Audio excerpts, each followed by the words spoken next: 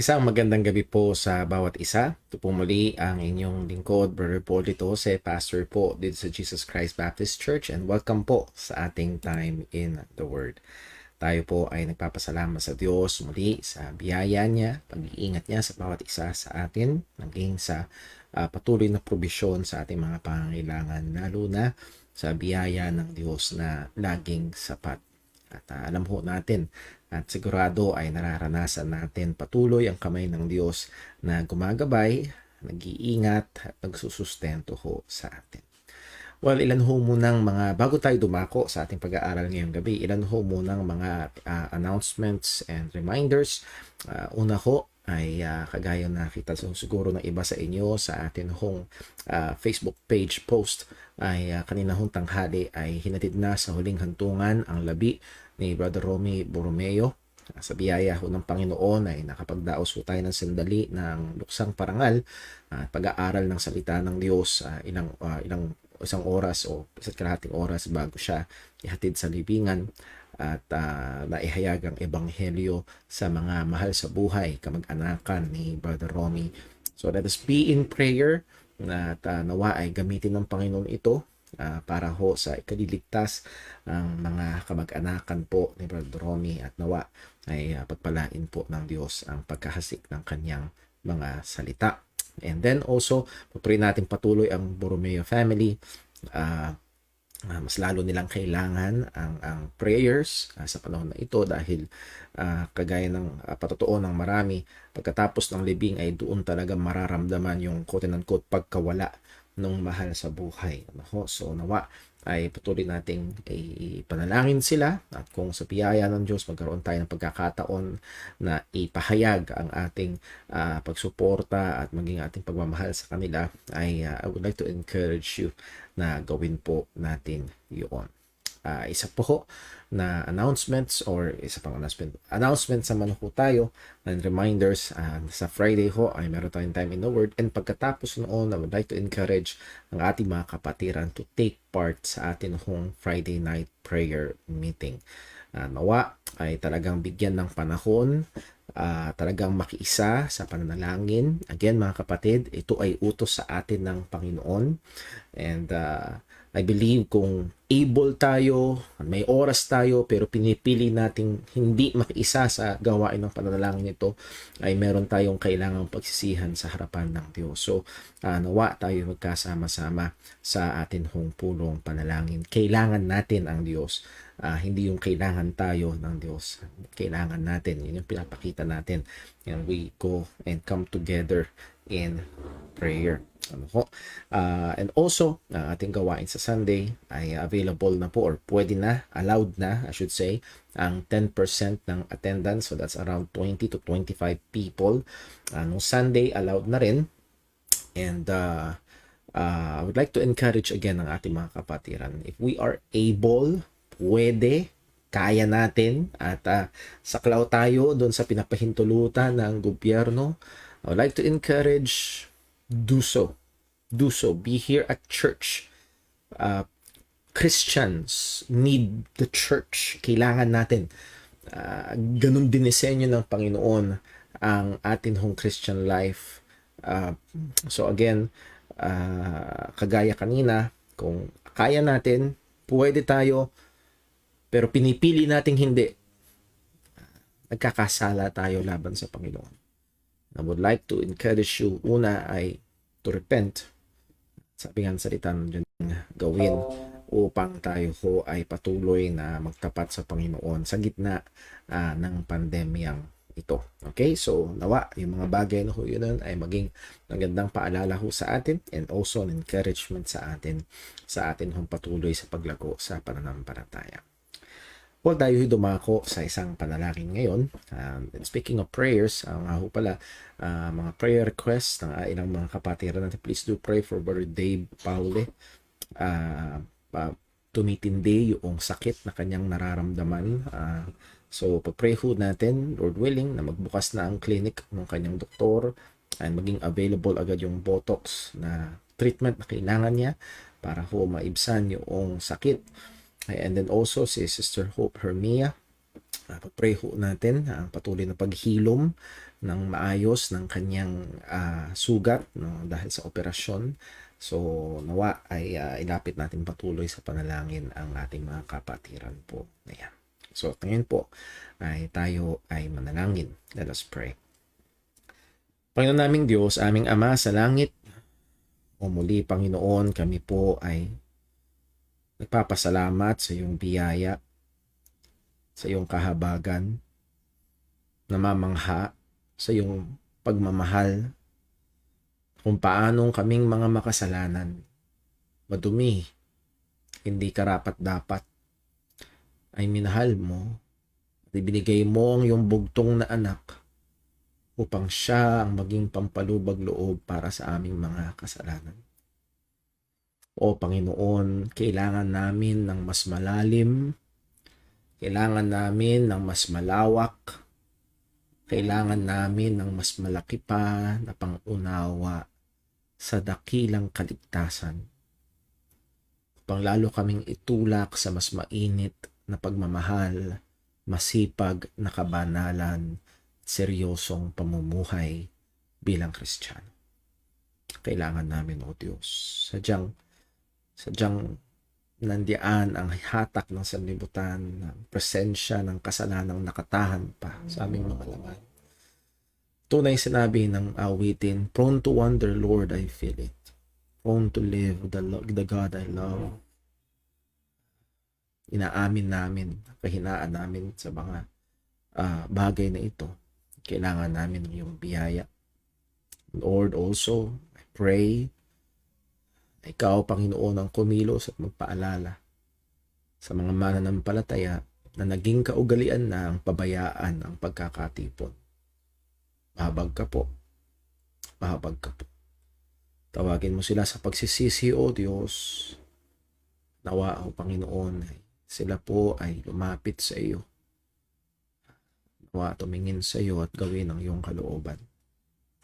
Lord, we do also pray para po sa aming mga kapatiran na pangangailangan sa kalusugan. Si Brother Dave, O Diyos, tulungan mo po. Ingatan mo po siya. O Diyos, ang klinika at ang procedure na kailangan ay madalian ng magawa.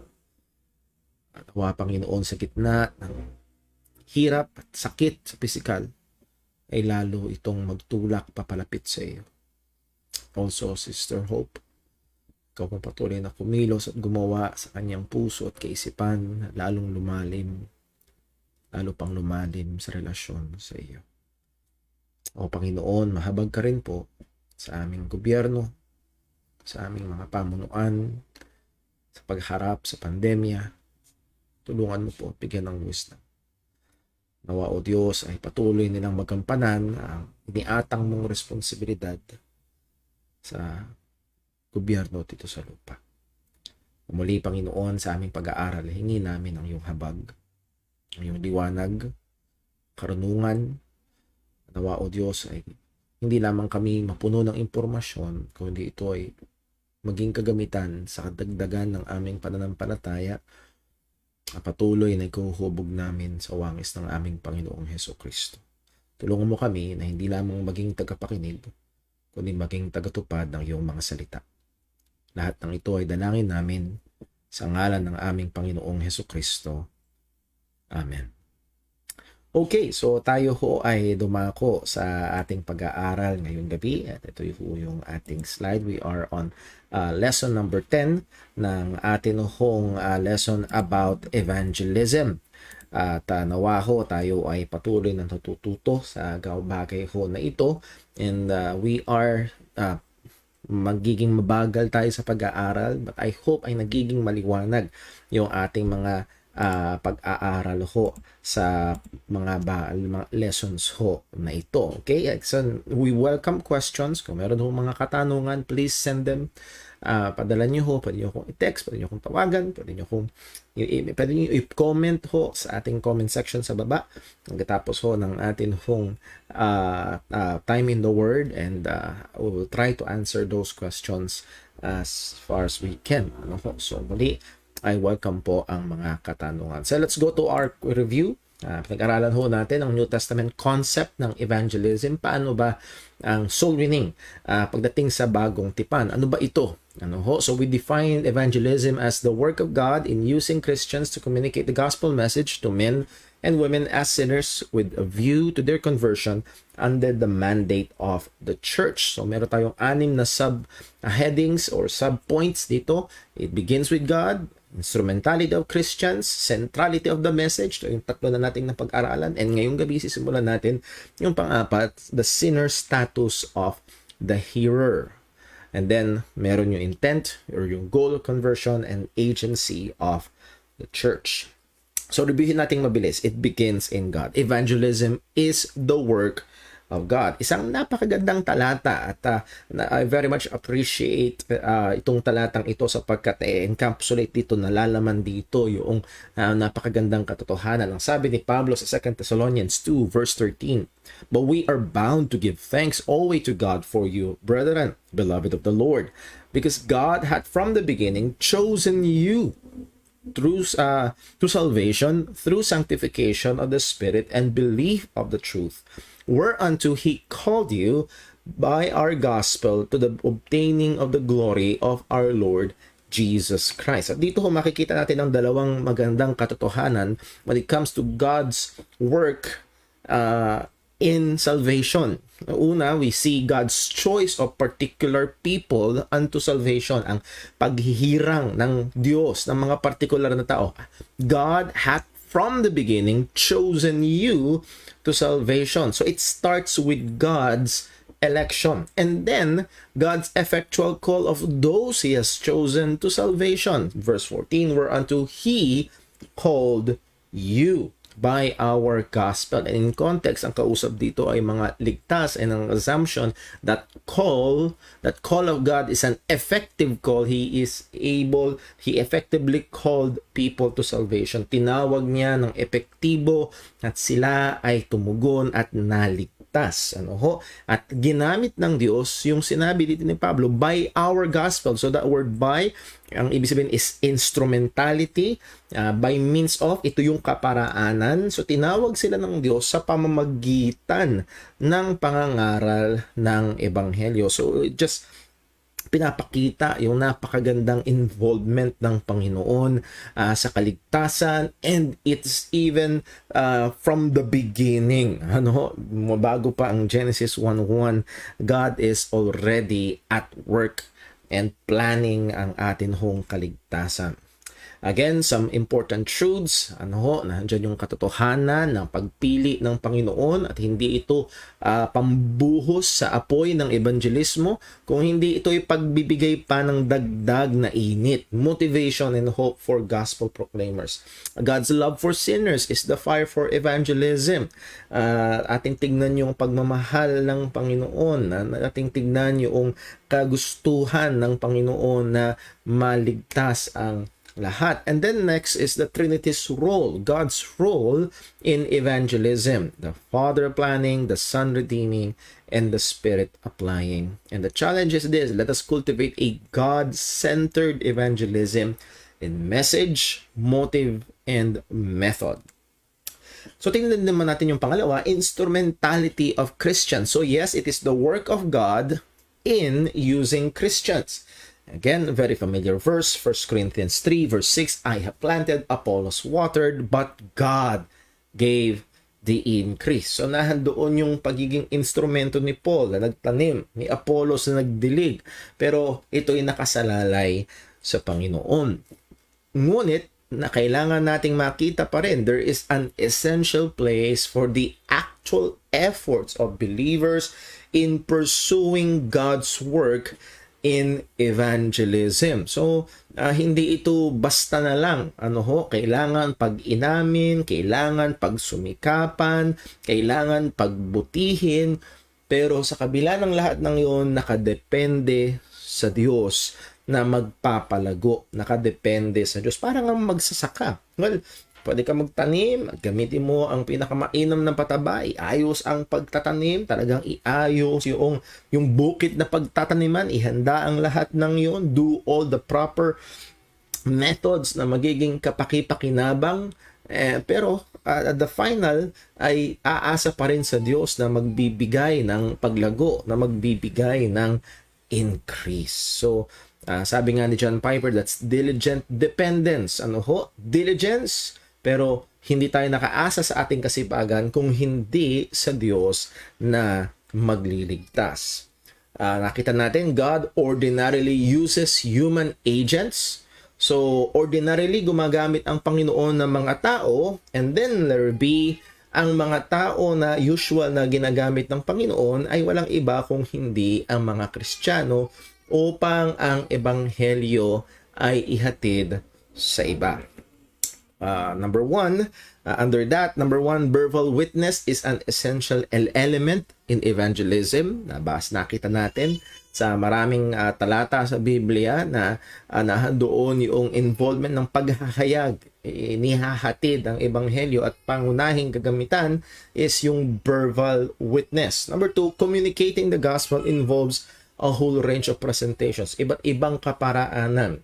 Paunahin ang preaching, pwedeng sharing, at sa panahon natin ngayon, because of the development of the printing press and even technologies, merong iba't ibang at maraming kaparaanan to present the gospel message. Number three, a life that corresponds with the gospel truth is essential for evangelistic efforts. Yung buhay na nakasang-ayon sa ebanghelyong ipinapangaral ay kailangan. Ito'y may epekto. Ito ay gagamitin at ginagamit ng Diyos sa pagliligtas ng mga kaluluwa. And then lastly, providential placements are to be connected to some evangelistic responsibilities. Yun ang hamon natin. Saan ka nilagay ng Panginoon? Bigyan mo ng pansin. Saan ka trabaho tinawag ng Diyos? Liban na lang. Hindi natin kailangan pumunta sa malayong lugar. Liban na lang kung tinatawag tayo ng Diyos sa malayong lugar na yon. Pero marami sa atin right in our homes. Again, mga magulang, malamang ang unang responsibilidad nyo, well, let me remove that word malamang, ang unang responsibilidad ng magulang in evangelism are their children, ng inyong mga anak. Sila ba'y mananampalatayanan ni Kristo? At kung hindi, ay ano ang ginagawa natin? Next, a reminder, the primary goal is to faithfully communicate the gospel truth. Again, ginagamit ng Diyos ang tao, at ang pangunahin nating goal bilang kagamitan o instrumento ng Panginoon ay maikomunika ng malinaw at tapat ang ebanghelyo o ang katotohanan ng ebanghelyo. And that leads us to the third point, the centrality of the message. When it comes to evangelism, it's not the style of evangelism. Hindi yung estilo, hindi yung metodolohiya, hindi yung kaparaanan, hindi yung technique, but ang sentro ay ang mensahe. And sad to say, most of evangelistic trainings ay nakasentro sa methodology, sa kaparaanan, at nakakalimutan ang mensahe. Mas nabibigyang pansin ang kaparaanan na nagpuproduce ng madaming bilang to the sacrifice of the clear message of the gospel. At yun ay isang napakalaking kalungkutan at kadelikaduhan o panganib, at sapagkat kung ang message ay hindi nakakatawid, and there is very much depekto sa maraming gawain ng pag-iebanghelyo sa panahon natin ngayon. Again, let me just use this as an illustration na just last year, nakausap ko last year ba yun? O the beginning of this 2021, nakausap ko ang isang pastor na talagang napakasigasig. Siguro sa pagdating sa kasipagan, pagdating sa tapang, maiiwan ako mismo. Talagang sumusuong sa maraming mga lugar na kung saan delikado ang buhay. Literally, pwedeng maging delikado ang buhay, malagay sa alanganin ang physical safety At ang layunin talaga nila ay maabot ang tao ng salita ng Panginoon. Pero nung tinanong ko siya patungkol sa kaligtasan, paano ba maliligtas ang isang tao, sa loob ng 15 minutong pagsasalita niya ay hindi nabanggit ang ebanghelyo. Again, ano ang magiging resulta? Ano magiging resulta? Magkakaroon ba ng kaligtasan kung walang ebanghelyo? And the answer to that is no. No. Maaaring ang sipag ay nandun, maaaring ang teknik ay nandun, pero kung wala ang ebanghelyo, walang kaligtasan doon. So, napakahalaga. The centrality of the message. Evangelism is the work of God in using Christians to communicate the gospel message. Sa Acts 5 verse 42, and daily in the temple and in every house. Actually, yung pag-aaral natin last time, nag-concentrate more on passages of the Bible na kung saan nakita natin ang centrality ng message ng gospel.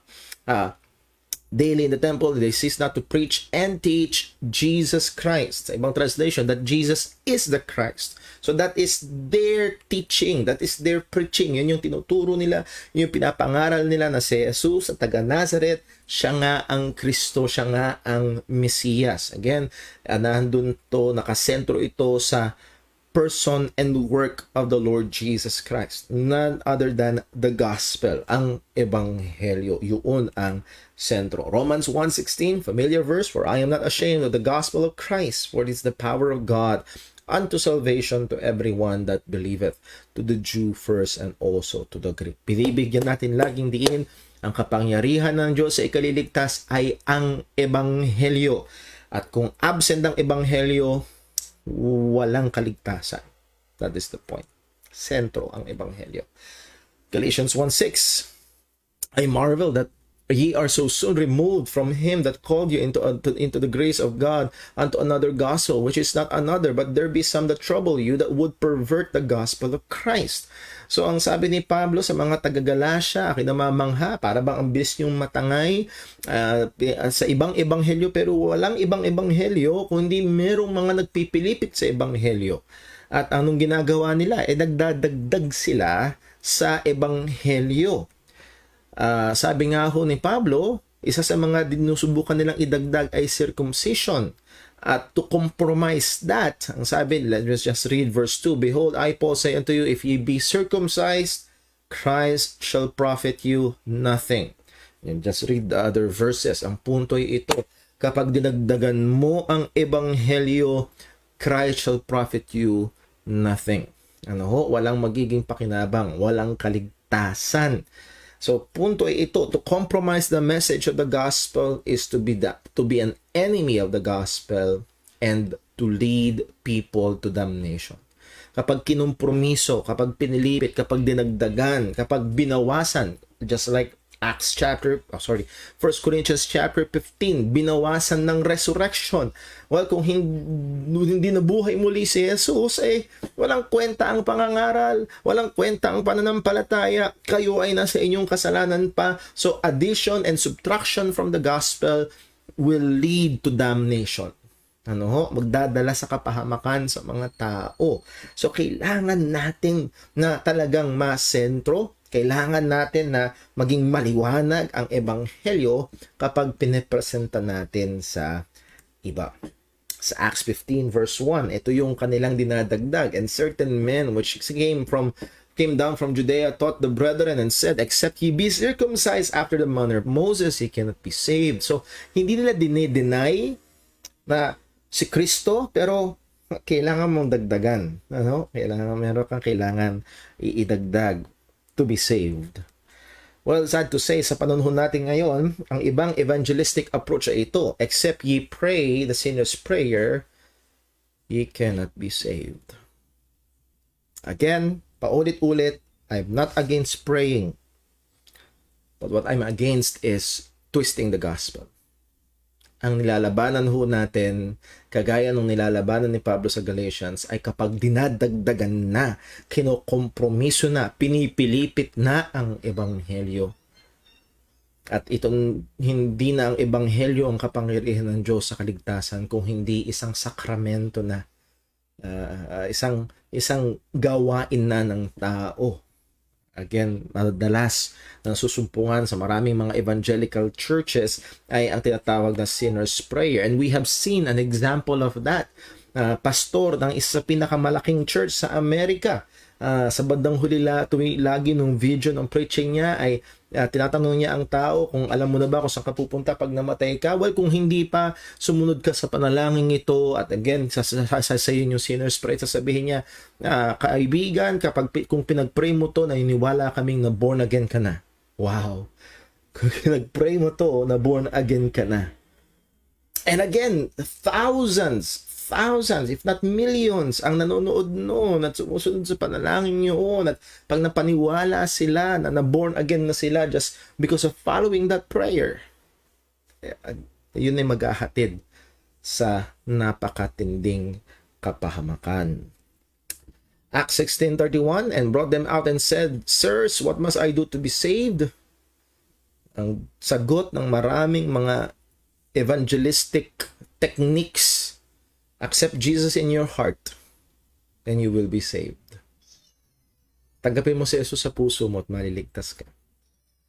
At ang ibig sabihin ng tanggapin mo si Jesus sa puso mo ay ayayahan mo siya. At ang ibig sabihin ng ayayahan mo siya ay manalangin ka. And again, it goes to that prayer. Pray this prayer and you will be saved. That is twisting the gospel. Delikado. Again, walang masama sa pagpe-pray. Sana maunawaan niyo ako, mga kapatid. Pero, napakadelikado kapag ito ay idinadagdag na at napipilipit na ang ebanghelyo. Ang sagot, believe on the Lord Jesus Christ, and thou shalt be saved. That is the answer. Centrality of the message again, 1 Corinthians 2 verse 1, and I, brethren, when I came unto you, came not with the excellency of speech or wisdom, declaring unto you the testimony of God. For I determined not to know anything among you except Jesus Christ, save Jesus Christ and Him crucified. Faithfulness to the message is to be given more emphasis than the manner or style of delivery. Okay?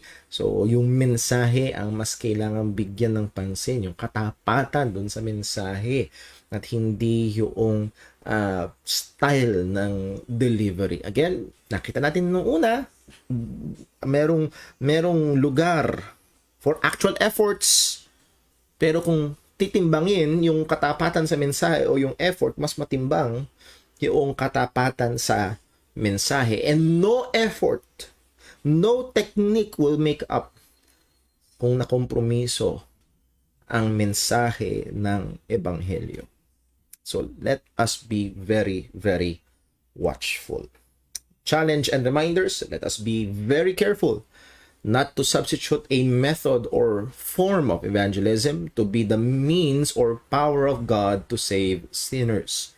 Example, again, sinner's prayer, altar call, and this have been substituted with for the gospel sa maraming mga evangelical churches. Yun na yung kaparaanan ng kaligtasan. Number next, let us maintain the goal of communicating the gospel truth clearly, if I may add, faithfully to the lost as we evangelize. Yun yung i-maintain na nating ating layunin.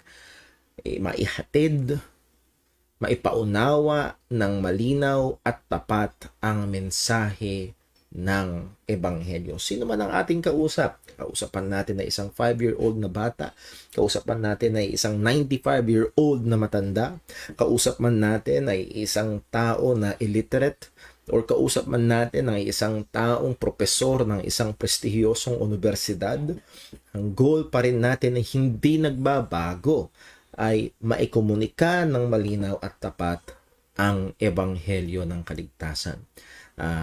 Sapagkat yun ang kapangyarihan ng Diyos o kaparaanan ng Diyos para magligtas. So, nakita natin ang tatlong bagay. It begins with God. It's the work of God. Instrumentality of Christians in using believers, and the centrality of the message of communicating the gospel message. At ngayon gabi, sisimulan natin ang pag-aaral sa pang-apat. Yung ating kakausapin, ano ang kalagayan nila?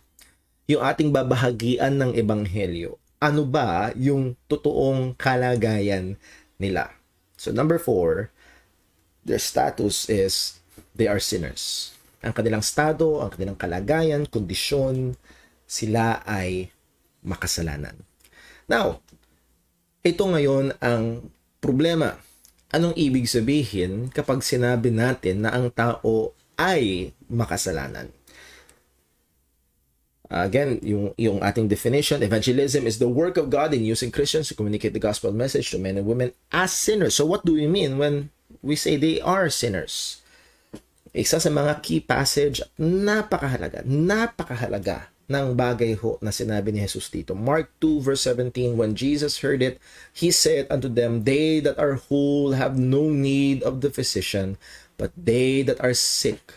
I came not to call the righteous, but sinners to repentance. Hindi nangangailangan na manggagamot ang mga walang sakit, kundi ang mga may sakit. Sino ang may sakit? Sino ang hindi siya tumawag hindi siya naparito para tawagin ang mga matuwid kung hindi ang mga makasalanan sa pagsisisi? Sino ang makasalanan? At again, itong puntong ito mas nadiinan pa sa atin hong church ay for the last 3 months ay napagpinag-aaralan ng Romans 1 to Romans 3 at ang punto ni Pablo mula Romans chapter 1 verse 18 hanggang Romans chapter 3 verse 20 ay ipakita ang pagiging guilty. Bakit siya naglaan ng ganung kadaming salita at patong-patong na ebidensya at argumento, at ang isa lang ang dinidiinan niya, lahat ay makasalanan, nasa ilalim ng parusa at ng puot ng Diyos. Lahat, Hudyo man o Hentil. Bakit niya binibigyan ng diin yun? Sapagkat mayroong mga tao ay ang gustong-gusto ay excuse yung kanilang sarili. At hanggat ang iniisip nila sila ay okay lang, hanggat ang iniisip nila ay meron silang kakayahan para iligtas ang kanilang sarili o okay ang kanilang kondisyon, well, hindi sila lalapit sa manggagamot. Ang punto, hindi sila lalapit kay Kristo para sa kaligtasan. So isa sa mga as proclaimers of the gospel, bilang mga tagapaghatid ng ebanghelyo, isa sa mga kailangan nating gawin sa biyaya ng Diyos, kung nandun yung tama, kung meron sapat na oras, lalo na kung recurring yung ating encounter sa mga tao. Halimbawa, katrabaho mo sa office, mga ilang panahon mo siyang makakasama, makakausap, ay meron kang sapat na panahon para talagang ipakita yung pagiging makasalanan. Dahil hanggat hindi niya nakikita ang kanyang sarili na makasalanan at walang kayang gawin, dahil hindi siya lalapit sa tagapagligtas. Note, evangelistic zeal and method will be proportionate. Siguro pwede ko idagdag dito yung word na affected by or to our grasp of the sin problem of all men. Yung zealousness natin and even yung kaparaanan natin ng paghahayag ng ebanghelyo ay apektado kung paano ang pagkaunawa natin sa estado ng tao ng pagiging makasalanan. Again, example sa medical diagnosis, ang isang mahirap ay again, kung mali ang diagnosis ng doktor, maling treatment ang maibibigay. Again, personal experience namin dun sa aking hipag na si Sister Hope, unang diagnosis ay merely potassium deficiency. Kaya nahihilo, kaya masakit ang ulo, kaya nagsusuka, kaya nanghihina, kaya namamanhid. Deficient lang sa potassium, kailangan lang i-dextrose at bigyan ng potassium, then that's it. Yun kasi yung diagnosis. Pero yun pala ay meron ng aneurysm at isang malaking bantana sa kanyang buhay, yung kanyang kondisyon. And malayong-malayo dun sa unang diagnosis, ang solusyon lang ay dextrose. Dun sa tamang diagnosis, ang solusyon ay operasyon sa utak. So again, depende sa diagnosis ang gagamiting gamot at kaparaanan ng pag-a-administer na pagbibigay noong solusyon. So napaka-delikado kapag mali ang diagnosis natin sa spiritual na kalagayan ng tao.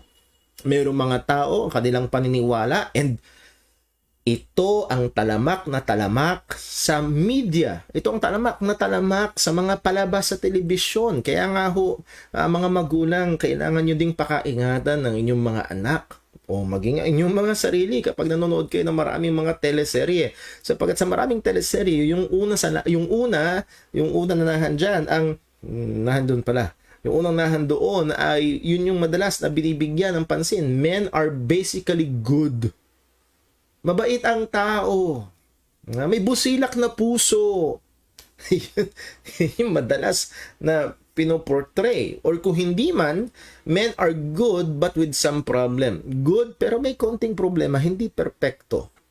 Maraming tao, yun ang tingin sa kanilang sarili. I'm basically good. Hindi lang perpekto. Or, men are bad. At ito yung maraming sa mga nagpapakilalang mga Christian churches. Men are bad. That means they are spiritually dead. Pero meron silang kayang gawin para iligtas ang kanilang sarili. Kailangan nila ng mga partikular na sakramento, kailangan lang nila ng paglilingkod, matagpuan ng tamang relihiyon, sumunod sa mga kautusan na ganito.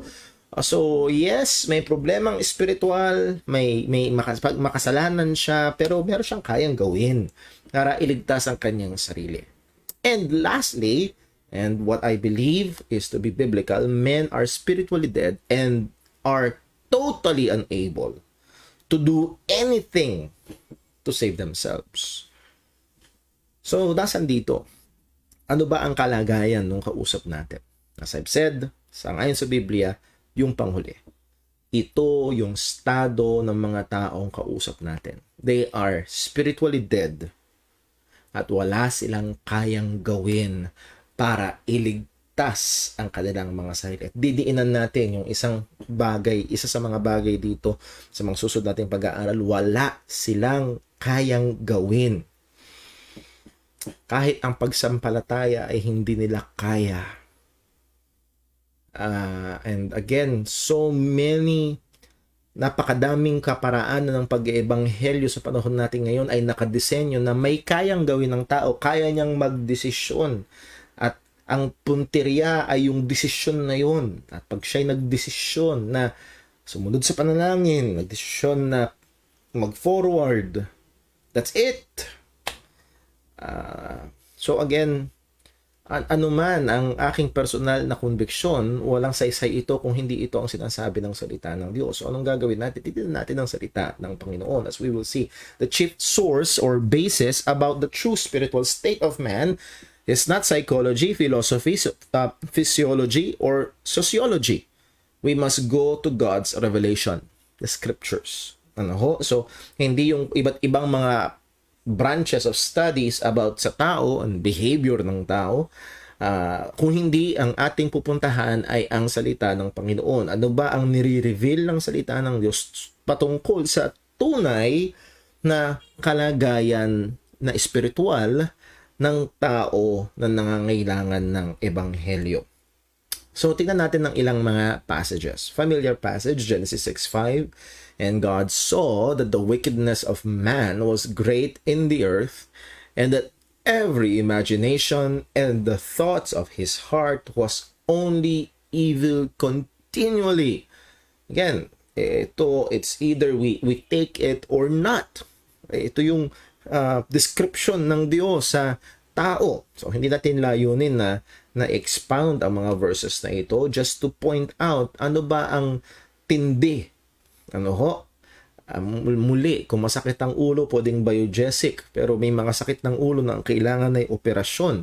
Kapag ganun katindi yung problema, tingnan natin gaano ba katindi ang problema ng tao sa patungkol sa kanyang kasalanan. Jeremiah 17 verse 9, the heart is deceitful above all things and desperately wicked. Who can know it? So, makikita natin dito yung naunang dalawa. Man is not good and hindi siya good na medyo bad lang o hindi matinding spiritual na negatibo ang kanyang kalagayan. Psalm 14 verse 2 and 3, may ibang salita dito ay pamilyar. The Lord looked down from heaven upon the children of men to see if there were any that did understand and seek God. Okay? Tumingin ng Diyos mula sa sanlibutan, tingnan niya ang mga tao, meron bang nakakaunawa at meron bang humahanap sa Diyos? Verse 3, they're all gone aside, they're all together become filthy, there is none that doeth good, no, not one. Again, ito'y quoted sa Romans. Ito'y kinote sa Romans chapter 3 verse 10.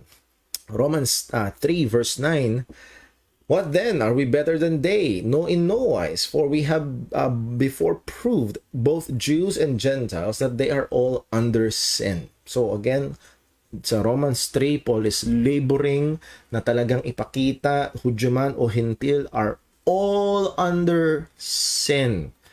At pumunta sa nakasulat, as it is written, there is none righteous, no, not one. There is none that understandeth. Ang tanong kanina, tinignan ng Diyos, meron bang nakakaunawa? Ang sagot, none that understandeth. Meron bang humahanap sa Diyos? There is none that seeketh after God. Suppose natin dito. Ngayon, susubukan mong ibahagi ang ebanghelyo.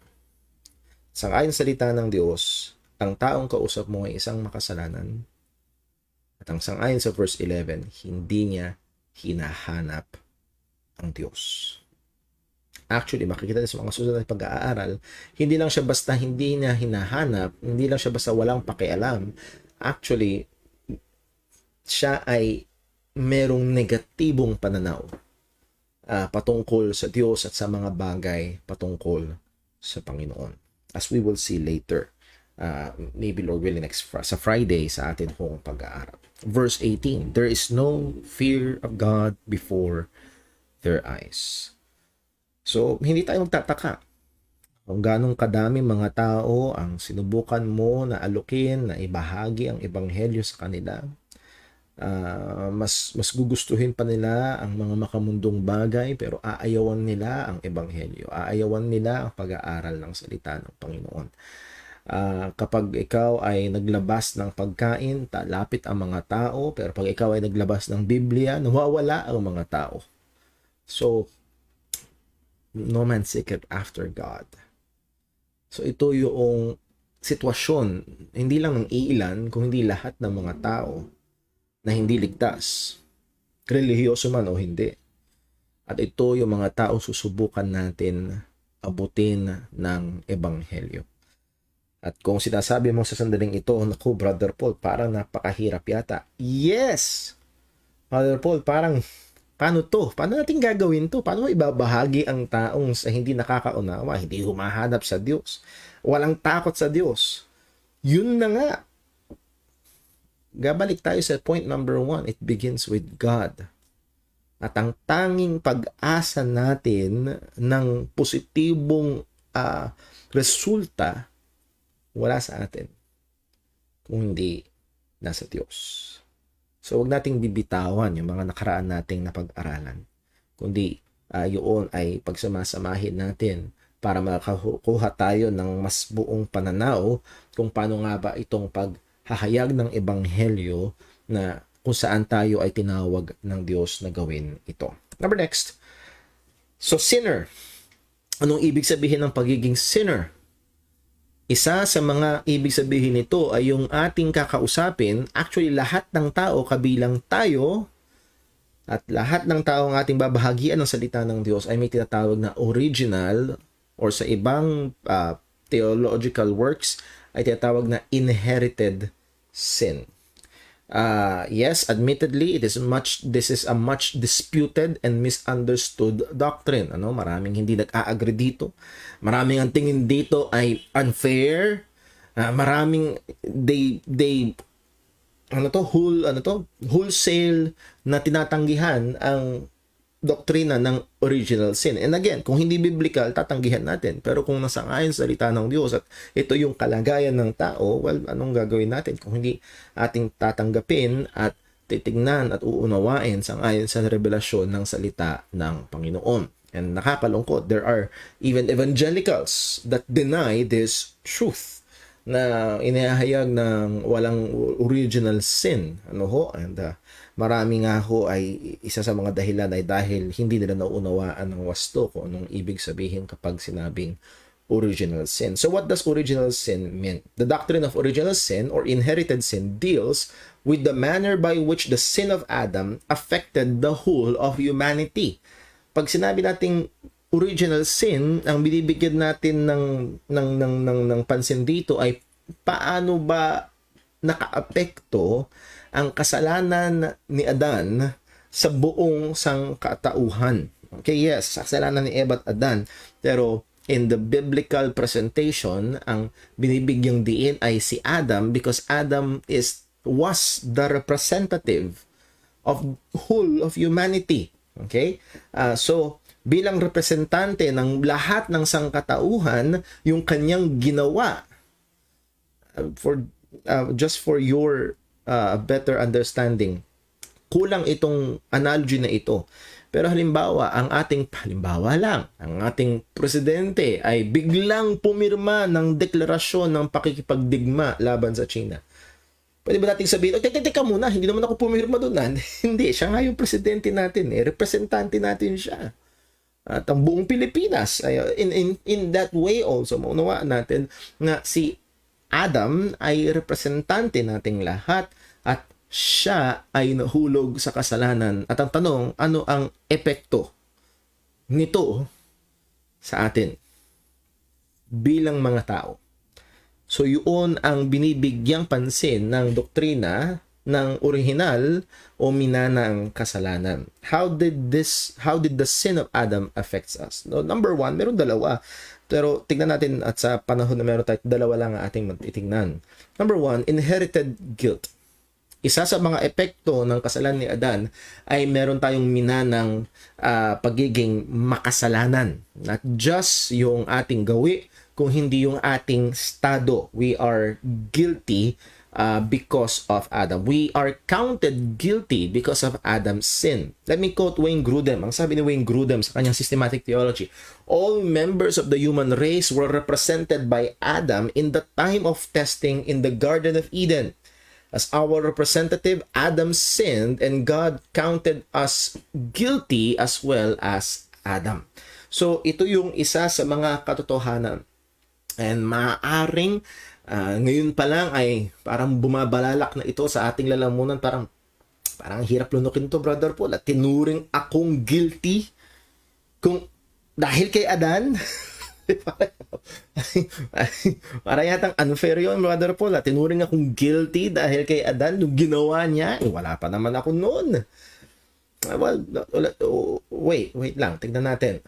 At again, kung hindi sang-ayon sa Biblia, itatapon natin. Pero kung ito tinuturo ng salita ng Diyos, as believers, ay kailangan nating sampalatayanan. And we will see later yung ganda, yung kahalagahan ng doktrinang ito. Isa sa mga key passages about original sin is Romans 5 verse 18 and 19. At hinighlight natin yan. Therefore, as by the offense of one, who's that? Adam. Ano nangyari? Judgment came upon all men to condemnation. Again, judgment to condemnation presupposes being guilty. Kasi kung hindi guilty, there's no judgment, there's no condemnation. So because of the offense of one, all men are considered guilty. Sangayon sa salita ng Panginoon. Even so, by the righteousness of one, the free gift came upon all men unto justification of life. Now, maging maingat tayo, hindi tayo dapat dumula sa universalism dito. Alalahanin natin, si Adan ay representante at si Jesus ay representante rin. And the question, isa sa mga key question is, sino ang nire-represent? Si Adan, ang malinaw sa Bible ang lahat ng tao, pero sino ang nire-represent? Ni Kristo. And isa sa mga mahalagang i-take note ay yung ang nire-represent ni Kristo, syempre, ay yung mga hinirang ng Panginoon. Again, we will go there in some other studies. Pero tingnan natin ang verse number 19. For as by one man's disobedience, many were made sinners. By one man's disobedience, many were made sinners. So by the obedience of one shall many be made righteous. So again, makikita natin dito yung imputation ng guilt. Nagkasala si Adan and the guilt was imputed upon all men, at yung isa sa mga binibigyang pansin ng doktrina ng original sin. So with this passage alone, I believe it is clear at hindi mapapasubalian, ang doktrina ng original sin ay maliwanag na tinuturo ng Biblia. By one man's disobedience, many were made sinners. Verse 18, and under judgment and condemnation. Yung iba ay nagpoprotesta, sabi nga natin kanina, it is unfair for us or me to be represented by Adam and to be counted guilty because Adam failed. Unfair. Hindi patas na ituring akong guilty dahil sa ginawa, kakulangan ni Adan o kasalanan niya. Well, isa sa mga sagot natin dito ay let us take into consideration lalo na yung verse 19. For as by one man's disobedience, many were made sinners, and it pertains to the imputation of guilt. Pero sa kabila nito, nandun din yung napakagandang katotohanan sa verse 19, yung next na mga salita. So by the obedience of one, question, sino yung one na yun? Na nag-obey perfectly? That is Jesus Christ. Ano nangyari? Shall many be made righteous. And what is that? The imputation of the righteousness of Christ. So dito sa verse 19, nandun yung dalawang parallelism ng imputation. Yung isa ay imputation ng guilt from Adam, at isa naman imputation ng righteousness ni Christ sa mga mananampalataya. So makikita natin dito na pag nireject mo yung first half ng verse 19, the imputation of guilt, saan mo itutungtong yung second half ng verse 19 na imputation ng righteousness, which is yun ang basihan ng ating kaligtasan. Kung hindi tayo binihisa ng katuwiran ni Kristo, wala tayong kaligtasan. Hindi tayo magiging katanggap-tanggap sa Panginoon. Sabi nga ni Pablo, and be found in Him, not having mine own righteousness, which is of the law, but the righteousness of God, which is by faith through Christ. So ang ating katuwiran na ihaharap sa Panginoon na hindi yung ating sariling katuwiran, kung hindi yung katuwiran na ibinihis sa ating perpektong katuwiran ni Kristo, which is an imputed righteousness. At ang parallel nito ay yung imputed guilt from Adam. So makikita natin na kung ikaw ay Kristiyano at feeling mo unfair, wala kang pagtutungtungan. Bakit mo tatanggapin ang imputation of righteousness ni Kristo pero ayaw mong tanggapin yung katotohanan ng imputation of guilt by Adam? And by the way, what is your worry? Kung ikaw ay tunay na Kristiyano, tunay na mananampalataya, ikaw man ay nung una mong kalagayan, imputed sa iyo ang guilt ni Adam. Kung ikaw ay na kay Kristo na, that is washed away, you are now imputed with Christ righteousness at merong tunay na kaligtasan. So, the imputation, important, only the biblical doctrine of salvation by grace through faith in Christ provides the only solution to the problem of original sin. Yun lamang biblical na katotohanan. That is, ito yung ebanghelyong daladala natin, salvation by grace through faith in Christ. Ito lamang nagbibigay solusyon do sa problema ng original sin. Any other means of salvation, hindi nagbibigay. Salvation by good works, paano niya bibigyang solusyon yung minanang kasalanan? Paano? Again, ang solusyon na tanging uubra ay yung sinasabi ng Biblia na because of the obedience of one, righteousness, many are made righteous. Righteousness was imputed sa mga nakay Kristo Jesus. So again, in the gospel, the problem of the original sin is dealt with. Binigyang solusyon ang problema ng original na kasalanan sa katotohanan ng ebanghelyo na ating ipapangaral sa iba. Now, hindi nito binabago ang katotohanan na ang ating taong kakausapin ay merong original sin. Maging yung mga bata sa ating tahanan, maging yung mga tao na ang tingin natin ay napakabait, na maaaring naging napakamatulungin sa ating buhay, kailangan nating bigyang pansin. At ang tanging solusyon lamang ay walang iba kung hindi ang ebanghelyo ng ating Panginoong Hesukristo. Word number 2, at magiging mabilis tayo because of time, inherited corruption. Again, anong epekto ng kasalanan ni Adan sa atin? Not just inherited sin, but we have also inherited a corrupt human nature. Sinful, fallen human nature. Iba, tawag dito ay original pollution. Psalm 51 verse 5, Behold, I was shapen in iniquity, and in sin did my mother conceive me. Pinaglihi ako sa kasalanan. Psalm 58 verse 3, The wicked are estranged from the womb. They go astray as soon as they be born, speaking lies. So mula pa lang sa sinapupunan. Ephesians chapter 2 verse 1, for the sake of time, basahin na lang natin yung verse 3, among whom also we all, kasama, sino yung we dyan? We, kasama yung mga Ephesians na Gentiles, we, kasama si Pablo na Hudyo, pagan, religious, we all, sabi ni Pablo, we all had our conversation in time past in the lust of our flesh, fulfilling the desires of the flesh and of the mind, and were by nature the children of wrath, even as others. Yun yung kalagayan natin, children of wrath. So verse 2, tinawag na children of disobedience. So ito yung natural, ito yung kalagayan ng human nature ng tao, ng lahat ng tao na wala pa kay Kristo. Ito yung natural na kalagayan dahil sa epekto ng kasalanan. Isang magandang example na madalas nating naririnig at lapat na lapat, ang mga bata ay hindi natin tinuturuan gumawa ng mali. Sila mismo ang gumagawa ng mali. Minsan nga ho, ang aming anak na si Timmy, pinagmamasdan namin mag-asawa, napapakamot na lang kami minsan ng ulo, talagang he will want his way. Gusto niya yung gusto niya, iiyakan niya yung gusto niya, dinidemand niya yung gusto niya. Laging siya ang masusunod. Wow, ang bihira. Grabe. Ang tinuturo natin sa mga bata ay gumawa ng tama. Dahil alam natin, pag di sila tinuruan, pag di sila dinisiplina, saan sila patungo?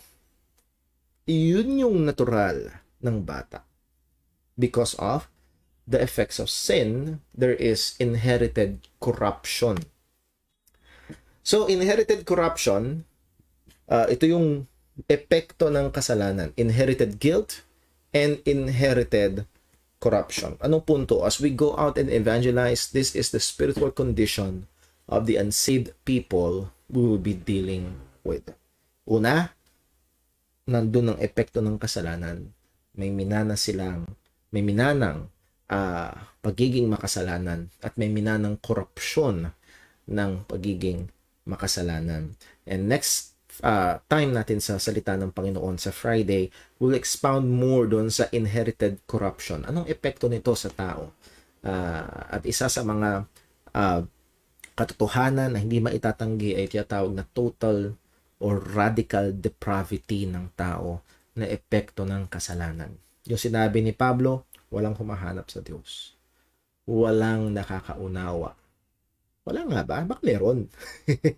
Bakit walang nakakaunawa? Ba't walang humahanap? Again, there is that effect of sin sa tao. At ito, yung kakaharapin natin. Ito yung kalagayan ng tao na babahagian natin ng salita ng Diyos. So makikita ho natin na maiksi ang ating kamay. Hindi natin mo overcome sa ating sariling kakayahan ang espiritual na kalagayan. Again, lulundo tayo. Salamat na lang na ang pag-iebanghelyo ay gawa ng Diyos. At tayo ay instrumento lamang ng Panginoon. At kung ito'y hindi natin kaya, salamat sa Diyos, kaya niya ng isang taong patay sa kasalanan ay buhay muli. Naroon ang ating pag-asa, wala sa kakayahan ng tao o metodolohiya ng tao, kundi nasa Diyos na nagliligtas. I hope this will give us hope. Yes, ang tindi ng kalagayan, ang tindi ng spiritual na kalagayan ng makasalanan. Pero, ang biyaya ng Diyos ay kayang i-overcome anumang tindi ng tao sa kalagayan ng kasalanan. So nawa, ito ho ay nagbigay sa atin ng mas maliwanag na pagkaunawa. Mas maunawaan natin, ba't ganun ang reaksyon nila sa Ebanghelyo? Ba't ganun ang reaksyon nila kay Kristo? Mas maunawaan natin yan, Lord willing, sa Friday. Again, kung meron mga tanong, please send your questions. At welcome ho yan at by God's grace, sasagutin ho natin ang mga katanungan na yan. For now, hanggang dito lamang po muna tayo. Let's pray.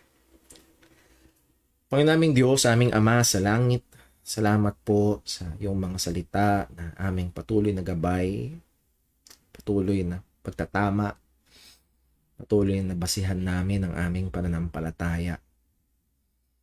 Lord, salamat po.